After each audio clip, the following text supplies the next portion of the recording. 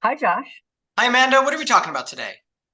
Well, if you've watched the news at all recently, you've seen that Shohei Ohtani has signed a massive baseball contract for $700 million.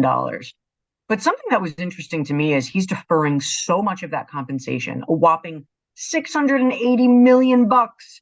We've seen some deferred compensation contract in the sports world before.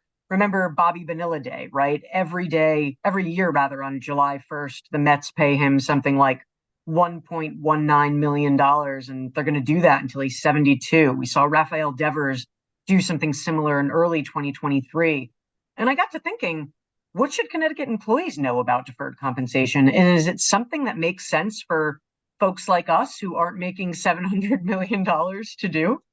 Well, it might, Amanda, and there are a surprising number of employees in Connecticut around the country at all ranges of income who have some sort of deferred compensation. So here are a few important things that people need to keep in mind. Number one, deferred income has tax consequences. As I tell my clients all the time, I know you do. I'm not a tax lawyer, I'm not an accountant, but you should probably talk to one. If you're thinking like Shohei Ohtani might, that when I get this $680 million starting 10 years from now, I'm going to live in Japan and there's going to be a different tax rate than in California, you might want to, double check that. My guess is Shohei Ohtani's got some pretty good advice. He's got some sophisticated accountants, but that is worth it for everyone to look into. So talk to an accountant.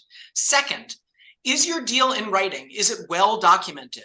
Have you done enough to make it clear what's happening so that you're going to avoid a dispute down the road where you say, hey, employer, I know I'm not working there anymore, but you still owe me money. And the employer says, I don't know what you're talking about, right? You want to have it documented in writing, clear. Use a lawyer to document this stuff. This is worth paying a lawyer to memorialize.